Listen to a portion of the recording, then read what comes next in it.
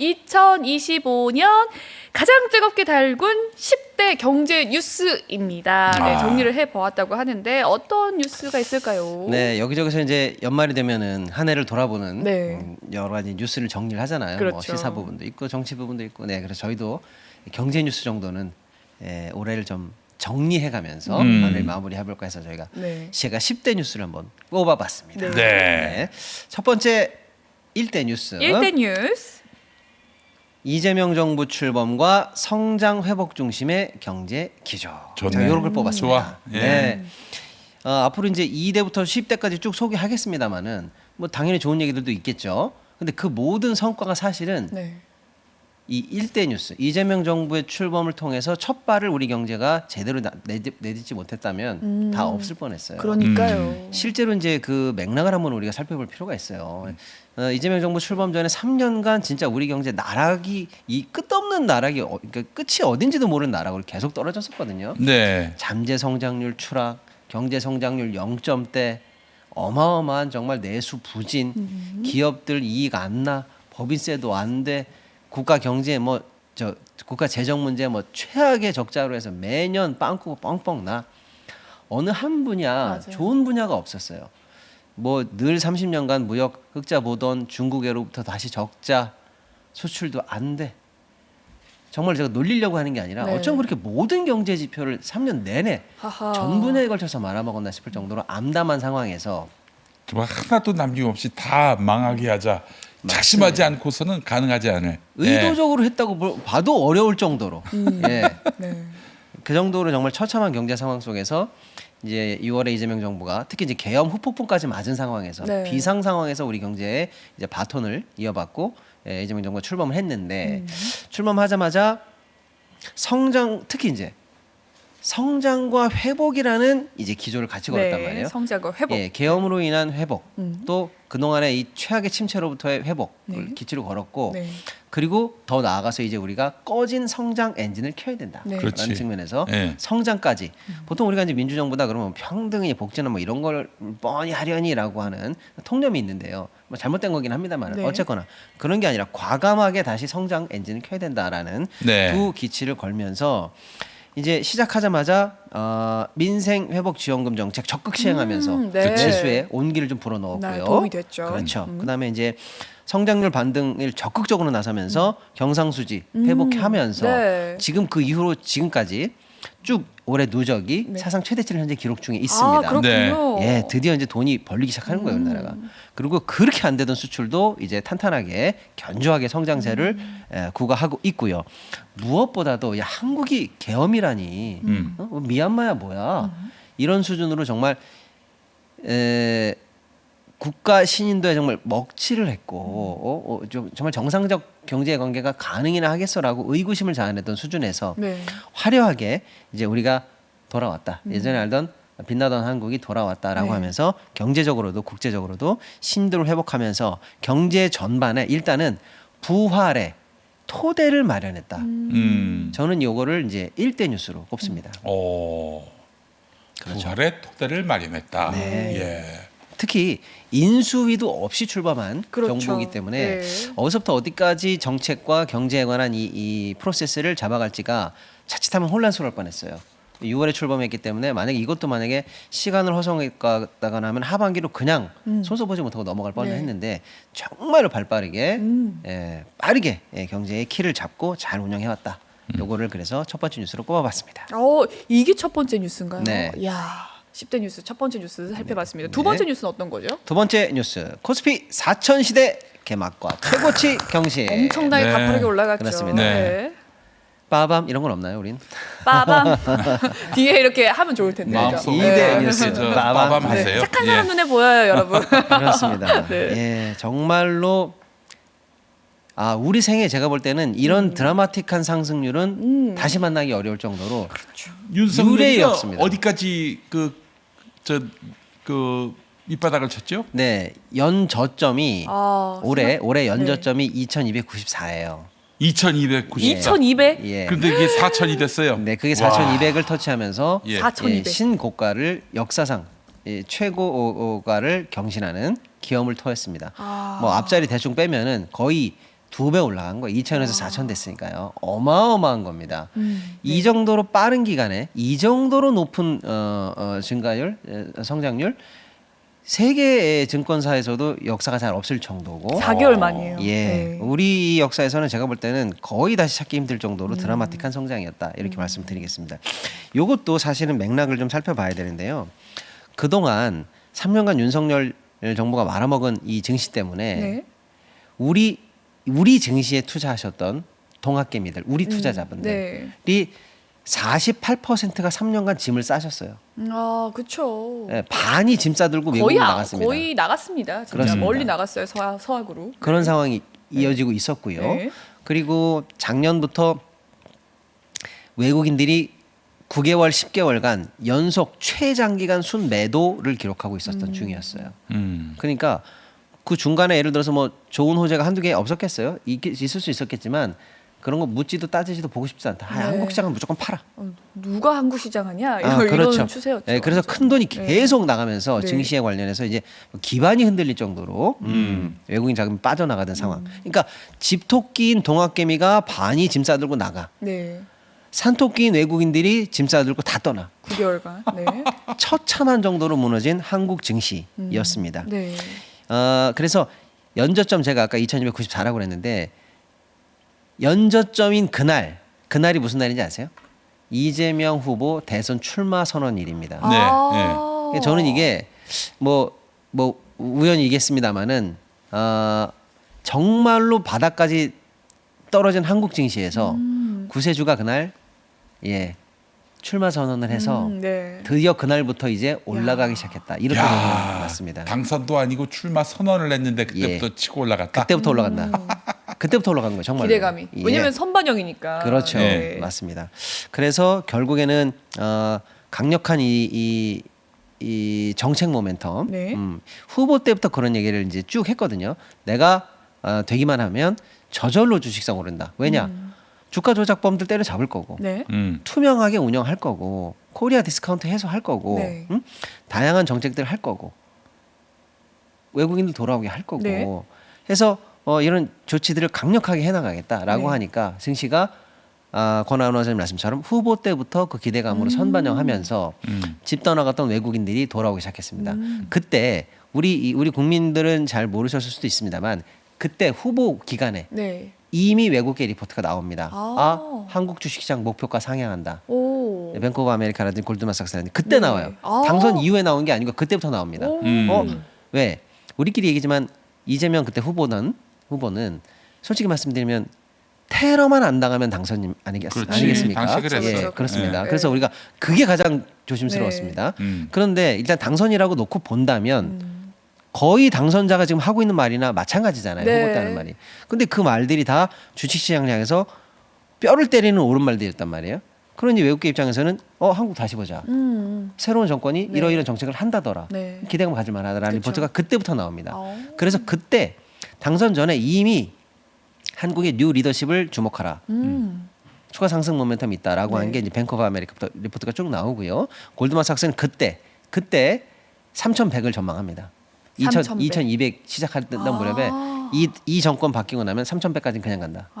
이런 전망을 내기 시작하면서 네. 기대감이 반영이 되면서 그리고 이제 실제로 당선 이후에 네. 이제 코리아 디스카운트 해소라든지 그건 좀 이따 나중에 별도로 설명드릴게요. 아무튼 그런 어떤 확실한 정책 모멘텀으로 시장을 끌어올려서 결국에는 우리가 코스피 4천 시대라는 네.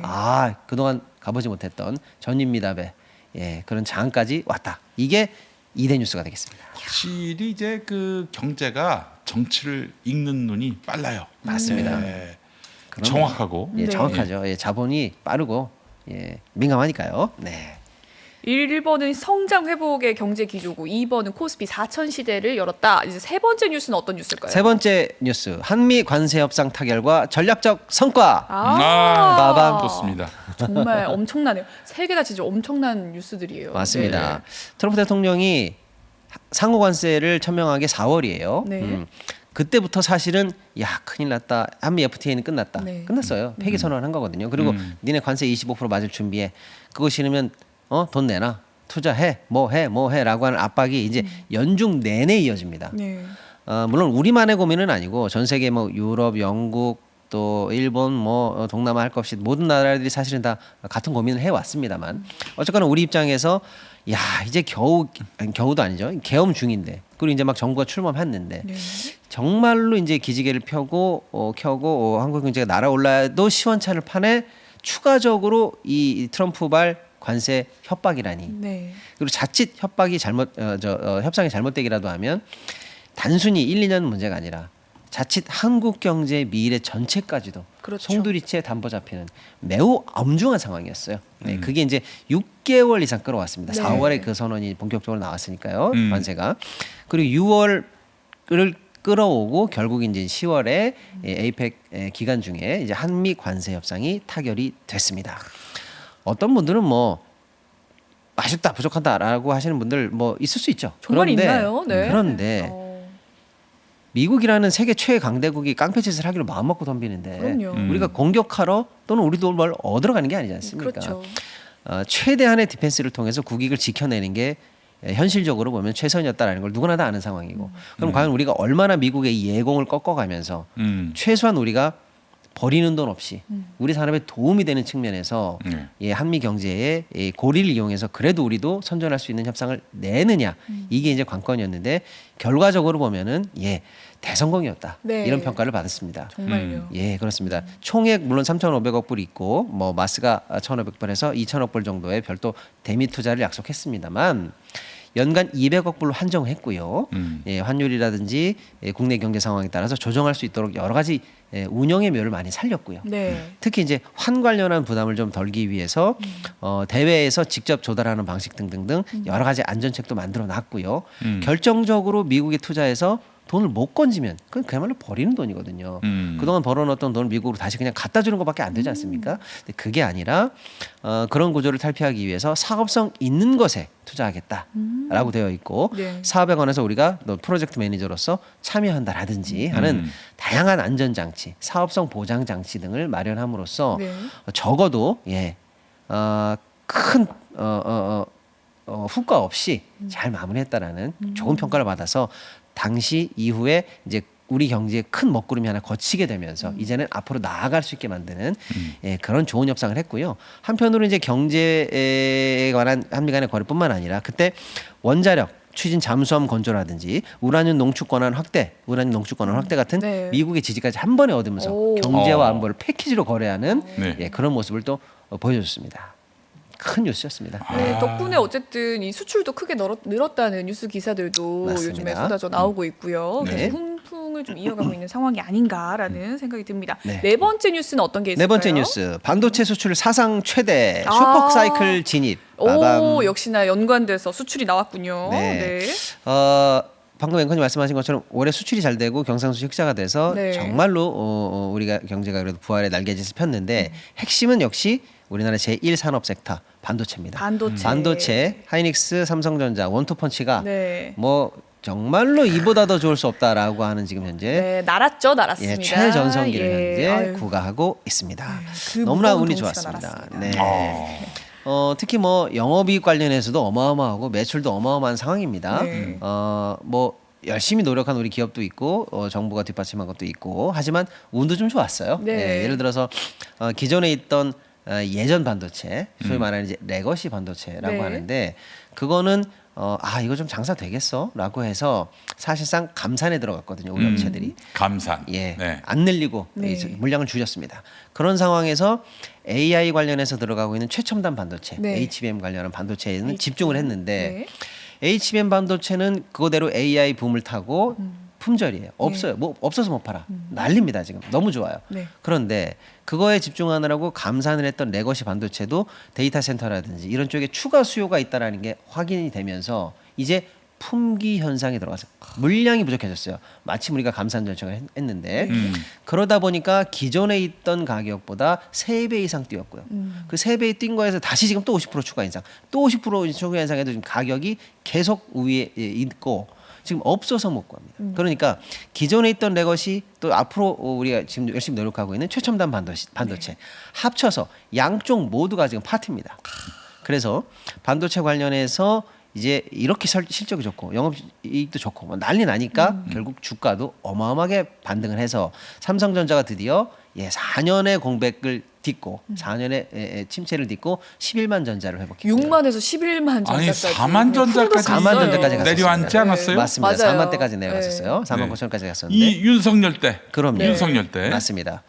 천하의 삼성이 4만 전자가 웬 말입니까? 그리고 반도체 메모리 관련해서 SK한테 왕좌도 뺏기고 네. 그런 와중에 이재용은 뭐 떡볶이나 먹으러 다니고 윤석열 폭탄주 막 이런 정도로 처참한 상황이었거든요. 그렇죠. 근데 어쨌거나 이제 삼성전자가 드디어 11만 전자에 컴백했고요.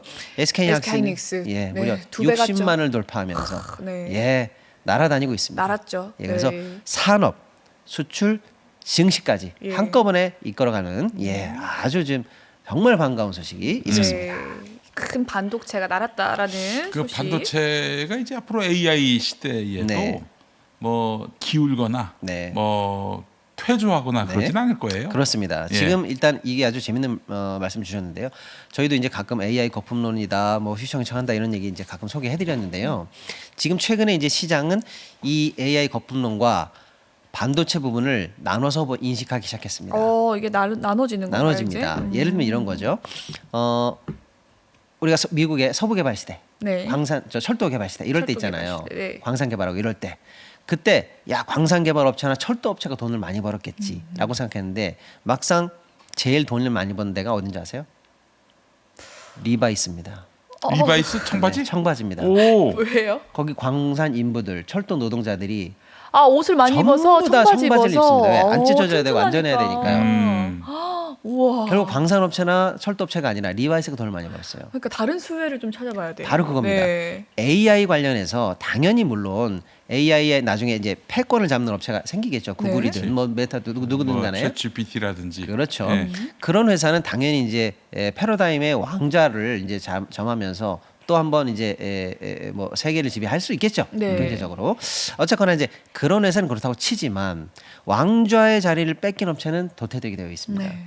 지금은 의자 게임 같은 거예요. 의자는 한정돼 있고 왕좌를 차지하려고 하는 경쟁업체들은 많은 상황이라서 네. 출혈을 감내하고 어마어마하게 지금 투자하고 있는 상황이거든요. 왕좌. 자, 그런데 그 회사 중에 살아남는 회사는 럭키, 네. 못 살아남는 회사에 투자한 사람들은 이제 그야말로 소멸. 네. 이런 상황 아니겠습니까? 네. 그게 AI 거품론의 핵심이에요. 어디가 쓰러질지 모른다. 뭐 이런 거죠. 그런데 가만히 생각해 보니까 니네들 중에 하나가 살아남든 안 살아남든 네. 죽던 말던 네. 반도체는 필요하구나. 그럼. 이겁니다. 네. 광산 개발에 성공해서 금이 나오던 철도가 잘 기초는 깔리던 안 반도체구나. 깔리던 네. 청바지는 살 거 아니야. 일은 할 그렇지. 거 아니니. 그렇죠. 반도체는 팔린다는 거예요. 그래서 AI 이 붐, AI 섹터의 수혜를 반도체주가 받기는 받죠. 네. 그런 측면에서 AI 전체적인 영향권에 있습니다만 옥석을 가려야 된다. 반도체는 그냥 반도체다. 거기에 수혜를 받을 뿐 너희들이 반도체는 사겠지. 그래서 이제 반도체 섹터는 괜찮다는 거예요. 네. 그래서 지금 최근에 PD님 질문처럼 그럼 언제까지 이 슈퍼 사이클이 그렇죠. 갈 것이냐? 네. 당초에는 2026년 간다라는 보고서가 나왔는데요. 오. 이제는 2027년 나간다는 보고서는 그때까지 간다는 보고서는 넘치고요. 아, 드디어 넘치고요? 2028년까지도 슈퍼 사이클이 이어진다는 오, 보고서가 진짜요? 나오고 있습니다. 와, 지금 너무 높아가지고 들어가기 좀 걱정된다 하시는 분들에게는 좋은 소식일 수 있겠네요. 그렇죠. 네. 그래서 이제 뭐 조금 이제 뭐 연말이니까 편하게 말씀드리면, 네. 그럼 뭐 삼성전자 하이닉스 그렇게 좋으면 저한테 질문하시는 게, 네. 그럼 이제 조정되고 좀 중간중간에 떨어질 때 그때 들어가면 될까요? 이런 질문을 많이 주시거든요. 네. 근데 이렇게 제가 대답을 드리야 되겠습니다. 네. 기다리는 조정은 안 나올 수 있다. 아, 너무 좋으니까요. 너무 진짜요? 네. 이야. 그러니까 어쩌면 지금이 제일 쌀지도 모르겠다. 야. 어쩌면 그렇습니다. 지금도 많이 올랐는데. 아까 삼성전자랑 SK 하이닉스 그래프 보면서 여기를 어떻게 들어가 이런 생각을 했는데 네, 지금 조정이 안 올 수도 삼성이 있다. 11만 원 정도인데 이야. 목표가가 지금 17만 원 선까지 계속 올라가고 17만 있고요. 원이요? 근데 이제 물론 참고로 말씀드리면 뭐 목표가 17이니까 꼭 간다 그렇게 보실 건 아니고요. 목표가가 올라가는 그 논리와 트렌드, 이제 추세를 보시라는 뜻이거든요. 네. 예. 그러니까 이제 충분히 상향할 수 있다는 거고 오. SK 하이닉스도 현재 이제 60만 정도는 뭐 충분히 터치하고 있는데요. 네. 여러 가지 전망에 따르면 뭐 100만 원 선도 문제 없다라는 전망도 있습니다. 야, 여러분. 꼭 거기까지 당장에 뭐 몇 달 안에 간다 이런 건 아닙니다만 그 정도로 이 슈퍼 사이클 내에서 충분하다. 그리고 지금도 싸다. 지금도 싸다. 예, 이런 평가가 많다. 네. 좋습니다. 반도체 참고하시기 바랍니다. 반도체 예. 화랑 때문에 이렇게 또 저희가 좋은 뉴스를 다뤄봤습니다. 네.